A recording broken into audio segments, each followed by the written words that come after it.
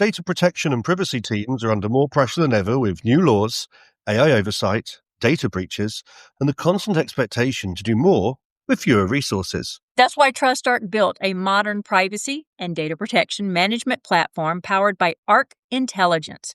It unifies your tools, automates the work that slows you down, and surfaces what matters most right when you need it. From guided quick actions to our intelligent assistant, Ask Arc, you get credible, contextual answers backed by expert research, not generic AI guesses. Finally, privacy that works the way privacy pros work. Learn how TrustArc helps teams move faster with confidence at trustarc.com/serious-privacy. That's trustarc.com/serious-privacy.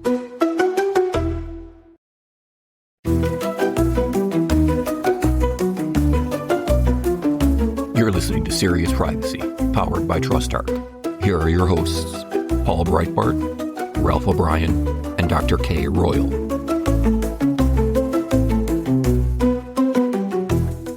It's been a while since we last talked about cross-border data transfers, but that doesn't mean that all issues have resolved themselves. And while the focus may still largely be on the EU-US relations for data transfers, there are about 9,999 other regulated or restricted transfers. So we'll see how many of these we can cover today in the next 30 minutes or so. In any case, the European Data Protection Board just came out with new guidance on what to do in case of orders from non-EU courts. Our guest today is Noël Luke, Chief Assurance Officer at TrustArc. She joined TrustArc in 2015, coming up on a decade, and is responsible for overseeing and enhancing TrustArc's robust assurance programs, which include certifications under the global and APAC cross-border privacy rules, as well as verifications under the respective data privacy frameworks between the United States and the EU, the UK, and Switzerland. My name is Paul Breitbart. My name is Ralph O'Brien. And I'm Kay Royal, and welcome to Serious Privacy. Noël! Hello, I'm so happy to be here. I don't think I came prepared to talk about 9,999 data transfer issues, maybe 9,990. Oh, that's fine. We'll cover the final ones. We'll do that. Yeah. Okay, unexpected question, and this one made me laugh as Paul was recording it. Have you ever had a bad haircut? And if so, tell us about it. Oh, gosh. I feel like everybody has, right? I wanted to say, who hasn't? Yeah. Okay, I'll start on this one because y'all may take some inspiration for this. So I grew up in the days when people were getting perms. So as a young teenager in 10th grade, like 14, I had a head full of really tight curls. And oh my God, was it the worst thing ever? You do realize that you need to post a picture of that with the release of this episode.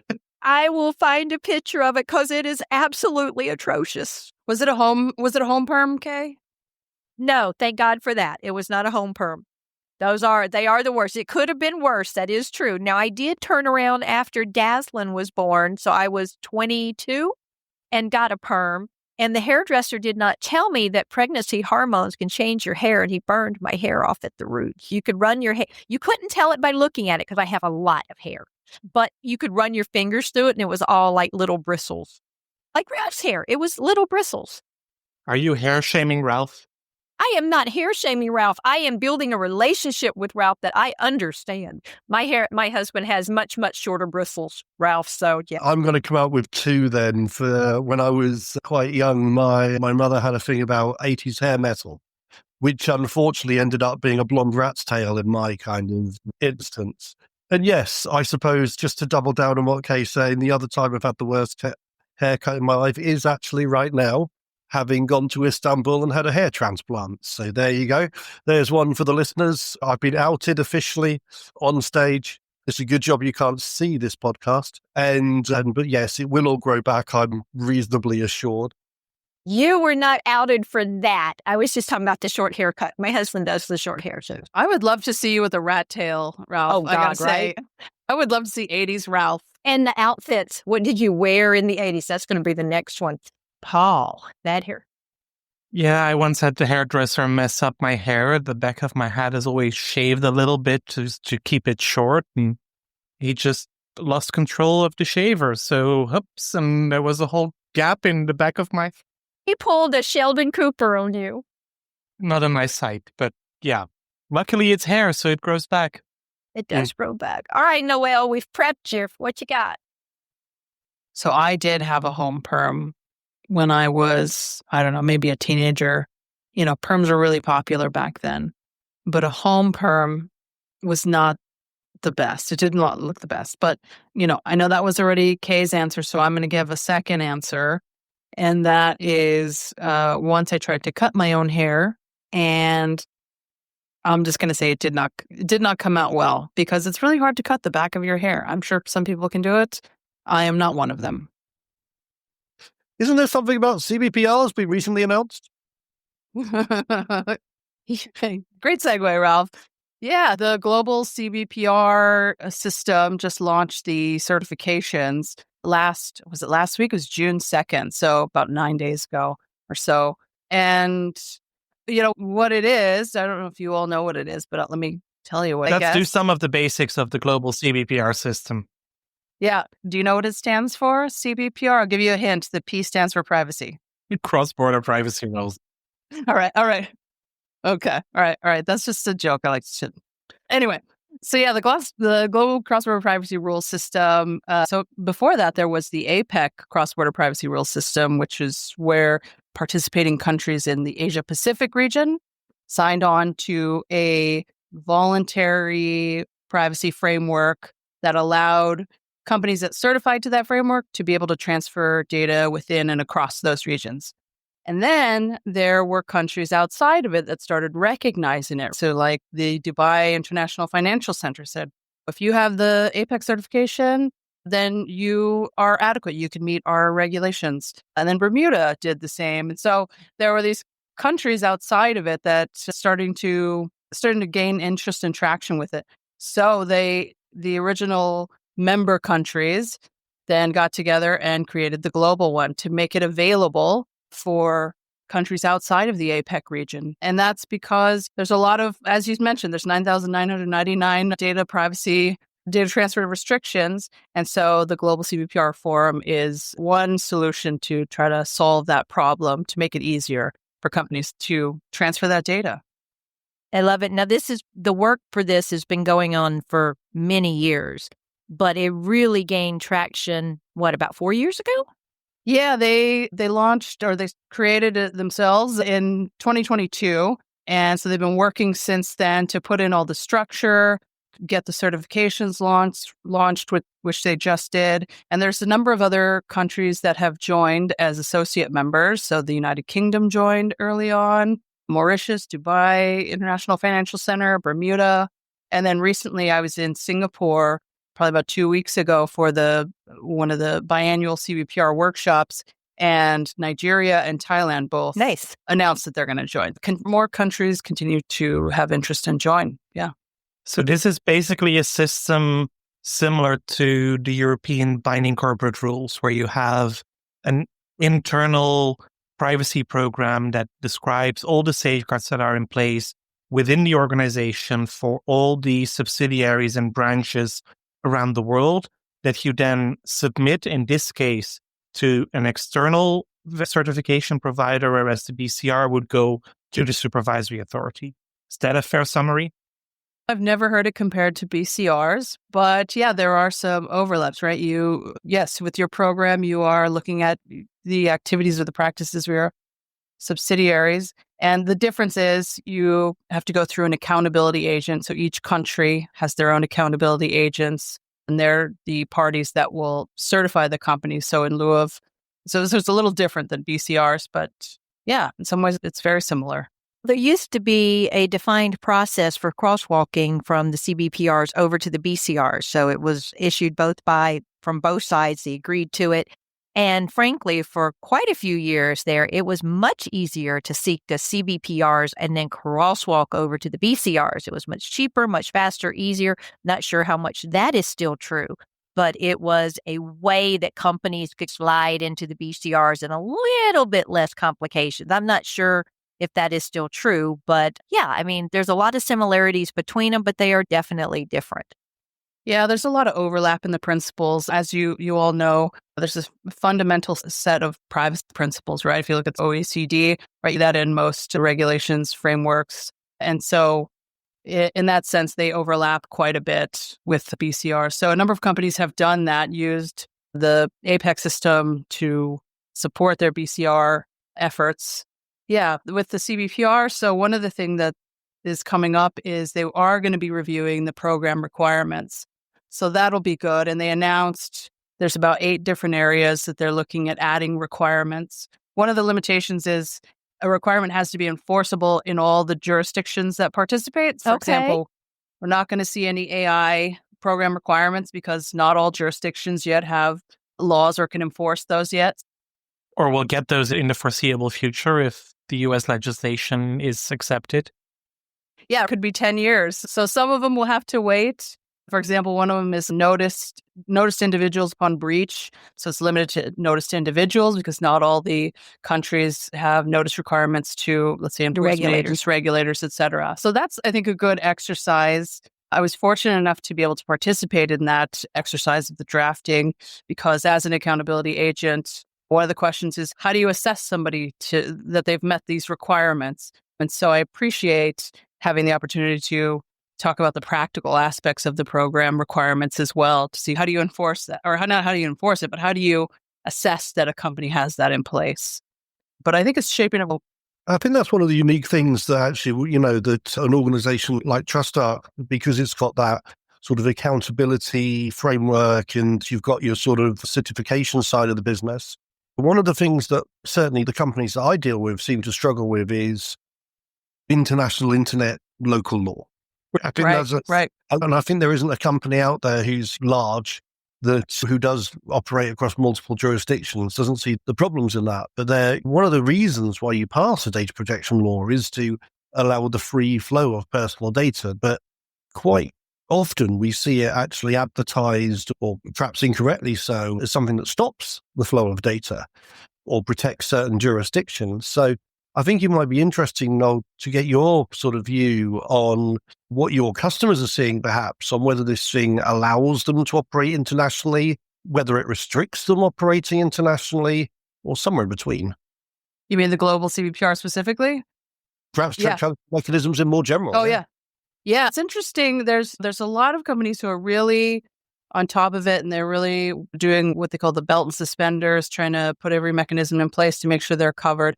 But I have to say, I still sometimes get questions. I think there's a lot of misunderstandings around data transfer. So, for example, sometimes companies will say, so if I participate in the EU-US DPF, I can transfer data from the US to the EU. I say, yes, technically you can, but you don't need the DPF for that. But there's sometimes these little misunderstandings. Even the other day, I had a discussion with someone. She said, we have intergroup agreements. So do we really need to think about the Asian countries and what transfer mechanisms they need?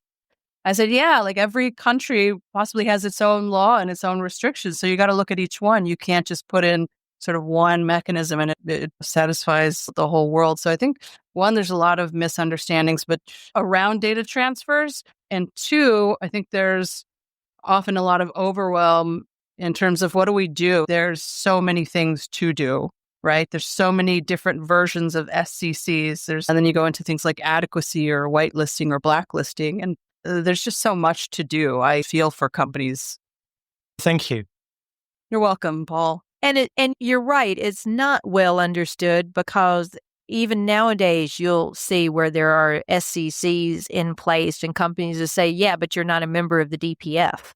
We're like, okay, you don't need the DPF if you have SCCs in place. And they're like, yes, you do. Yeah. And it's no, because they're mutually exclusive. Yeah. Don't make me educate you. I really don't. I don't want to have to be in that route of having to educate someone. But I will say, I'm not speaking necessarily being when I worked in the more recent years, but I will say that when people say things like that, I tend to look them up, see who they are and how much experience they have and where they come from.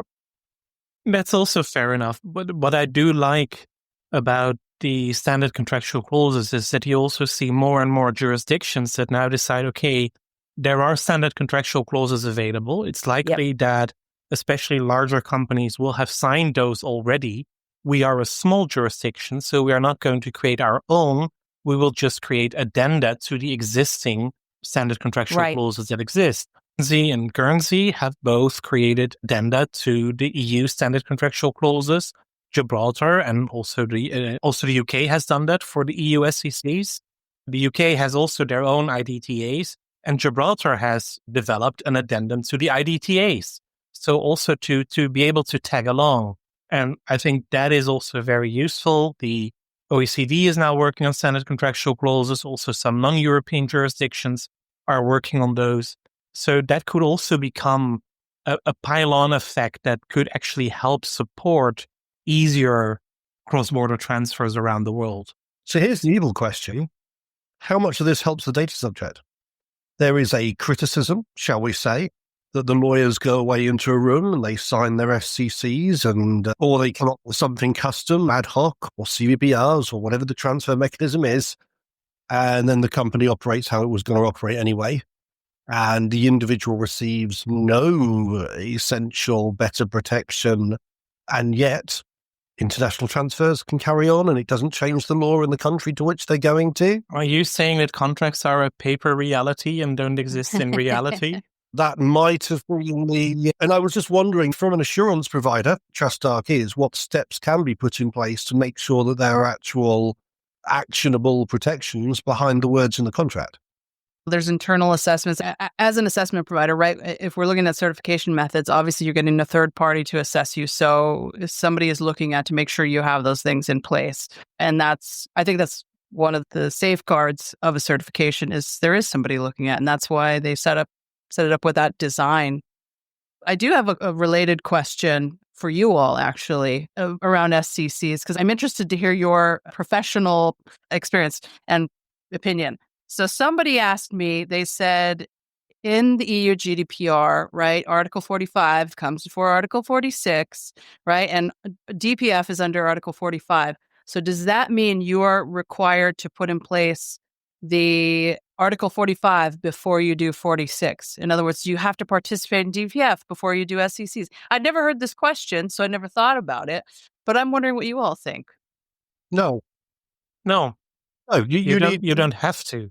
You need an international transfer mechanism in place. There is some talk that you go adequacy, appropriate safeguards, derogations as the way down. But having something like the DPF. And just for the listeners, Article 45 is transfers on the basis of an adequacy decision. So you may have heard us talk about that before, that Europe and the UK and Financial Center of Dubai, all of these make adequacy decisions if the other country has adequate data protection laws. Essentially equivalent. Article 46 is transfer subject to appropriate safeguards.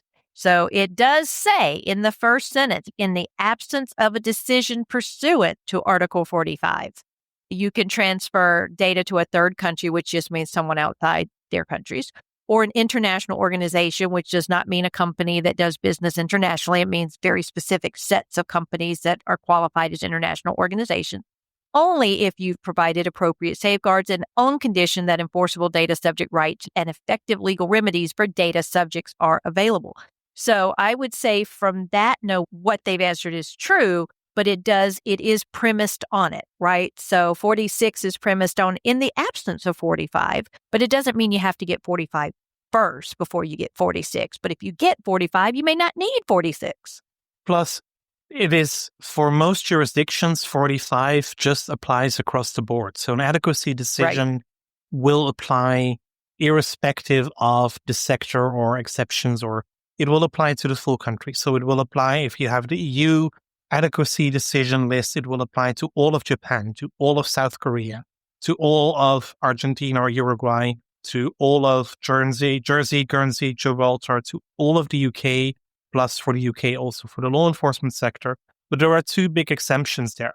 We have Canada, which is only declared adequate for PIPEDA, and we have the US, which is only declared adequate for the data privacy framework, which is a very strange beast. It is a thing because it doesn't apply across the board. It only applies if a company decides, a US-based company decides, hey, we want to participate in that. And that is where you have, as a US-based company, a choice. do I want to align with the data privacy framework, or do I prefer to have just a contract without all the self-certification hassle and rely upon the standard contractual clauses? And it's important to remember that actually not all US companies can take advantage of the data protection framework, only those regulated by the FTC. And even then, it needs to be their own choice whether they want to. So it is interesting, and we've seen the numbers of countries consistently decrease from the initial, what was the first one called? What was it? The Safe Harbor, and then Safe the Harbor, Shield, and then the thingy. Shield. So you're seeing the number of companies who sign on to it decrease as time goes on.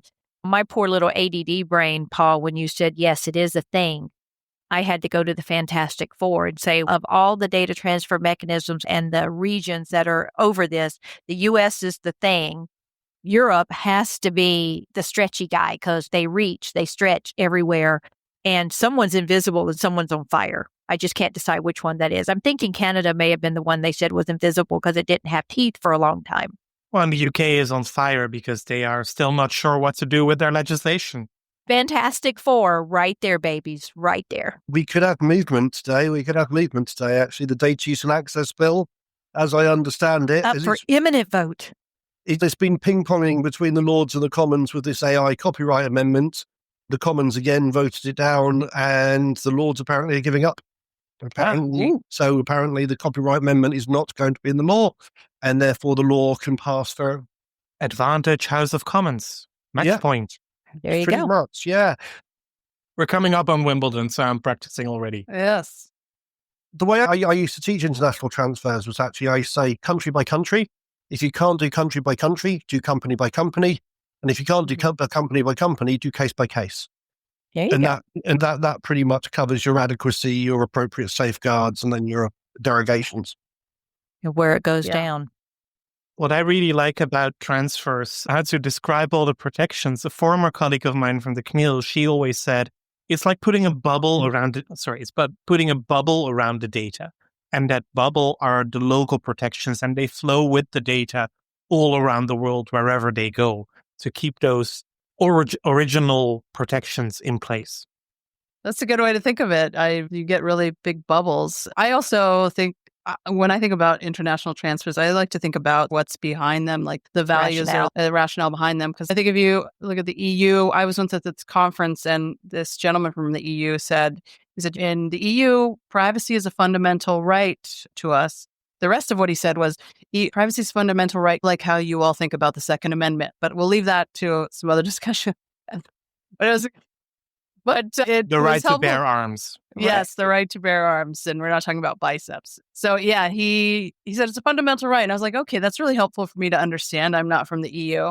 And then if you look at the APEC system, APEC as a forum is designed to remove barriers to trade and promote economic growth, right? And so you see, whereas GDPR is very rights-based, the APEC system, there's an effort to try to find some common ground to make the transfers possible.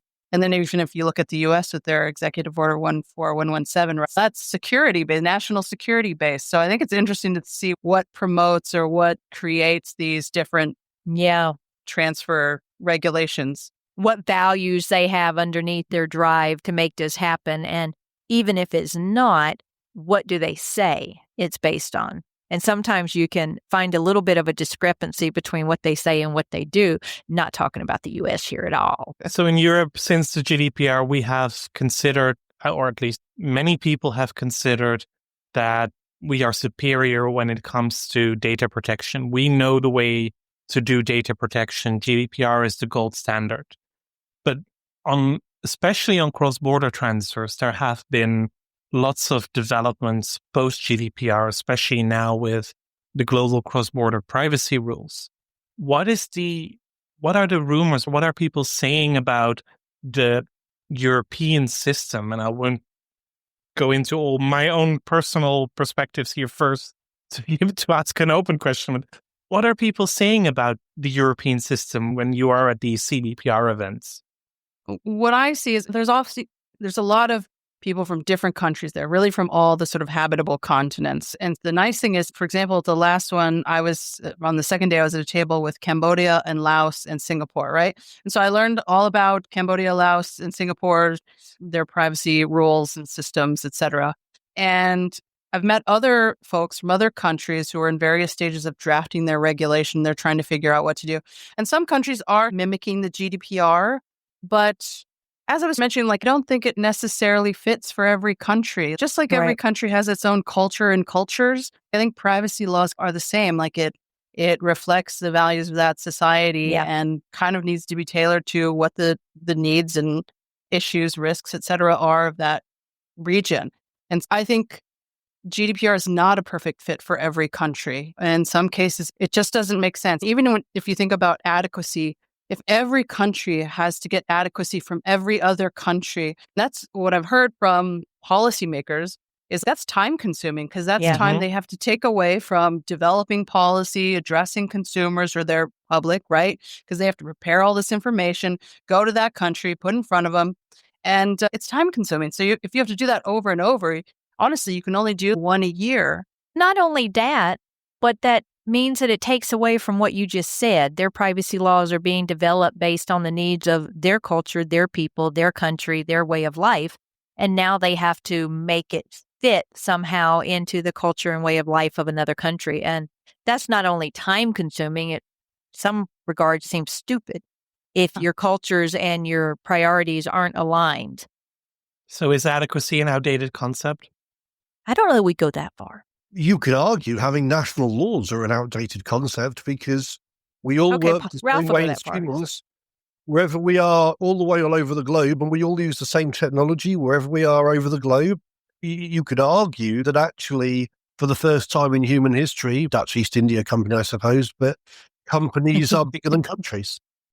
Yeah. Companies are bigger than countries now, and therefore we are all, our allegiance to Apple or Microsoft or Google is probably more important in our lives than sometimes what nation, member state we're a part of. Okay, so I have a panel for IAPP Washington next year.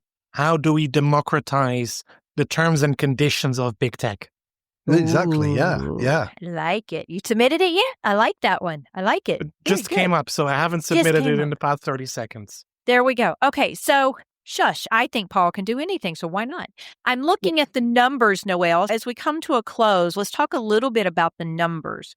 I Googled it, and then, of course, my AI summary at the top, which, by the way, there is a lawsuit floating around there somewhere about companies who the AI summary at the top of the Google search gave out false information, and the false information really hurt the company, and blah, blah, blah.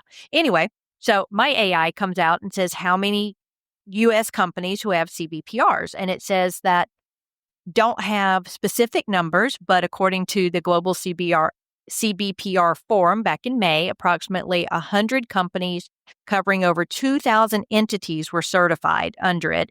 But it said early figures in 2016, there was a document from APEC mentioned about 16 CBPR certified companies with many more in the pipeline.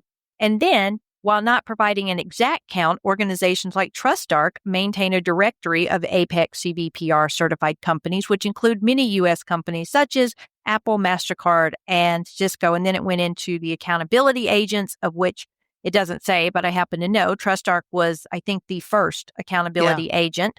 And then others around the world, including in the U.S., were added to it. So do you have an idea of how many companies are CBPR certified? Yeah, we were the first accountability agent in the program, the U.S., the world. And so we certify, frankly, most of the companies in the U.S. And the numbers are similar to what you shared. So it's about, I think there's about 100 companies, top-level companies that cover probably, I would say, over 2,000 entities, right? Because there's a lot of subsidiaries. And so that's global. So that's where it's at right now. I hope to see growth with the global forum now that it encompasses more countries, and hope to see more sign on to make it easier for companies, for countries, and for individuals. Yeah. Very good. Before we wrap up, because I promised at the top of the show, there is news from the European Data Protection Board with updated guidelines on Article 48, which is if there is a government request or a court decision outside of the EU that an EU-based organization needs to hand over personal data. And the European Data Protection Board has now presented guidelines on how that works. And it starts with the conclusion that Article 48 in itself is not a standalone transfer mechanism.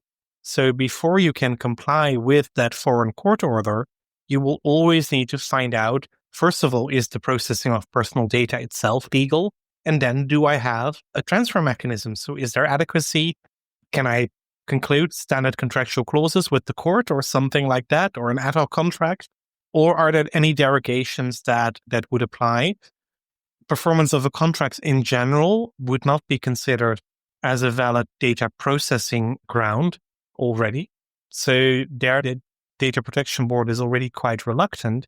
And they also say indirect requests via parent companies, even then if it's an intra-company transmission, that could still be subject to transfer mechanisms. And that's typically, or that is clearly aimed at the Microsoft Ireland case, where the US government ordered Microsoft US to hand over certain data sets that were held by Microsoft Ireland. And Microsoft said, we cannot do that because the data is held in Europe. So this provision, Article 48, was actually intended to solve any conflicts of law discussions. But according to the interpretation of the Data Protection Board, it has only made them bigger. And before we sign off, all of us would love to give a shout out to Annalise Moen, who was just appointed as the first Information Commissioner for Western Australia. Woohoo! Shout out to Annalise. Yeah. We've had her on the show before. We fully intend to have her again, but very thrilled to see that announcement today. Congratulations. And with that, We'll wrap up. Yeah, it was a pleasure talking to all of you. That was Serious Privacy. This wraps up our podcast for this week. Please do share the episode with your friends and colleagues because we love to get more listeners. And join the conversation on LinkedIn or on Blue Sky. You'll find us under Serious Privacy on both platforms. You'll find Kay as Heart of Privacy, Ralph as IGR O'Brien, and myself as Europol B. Until next week, goodbye. Goodbye. bye, y'all.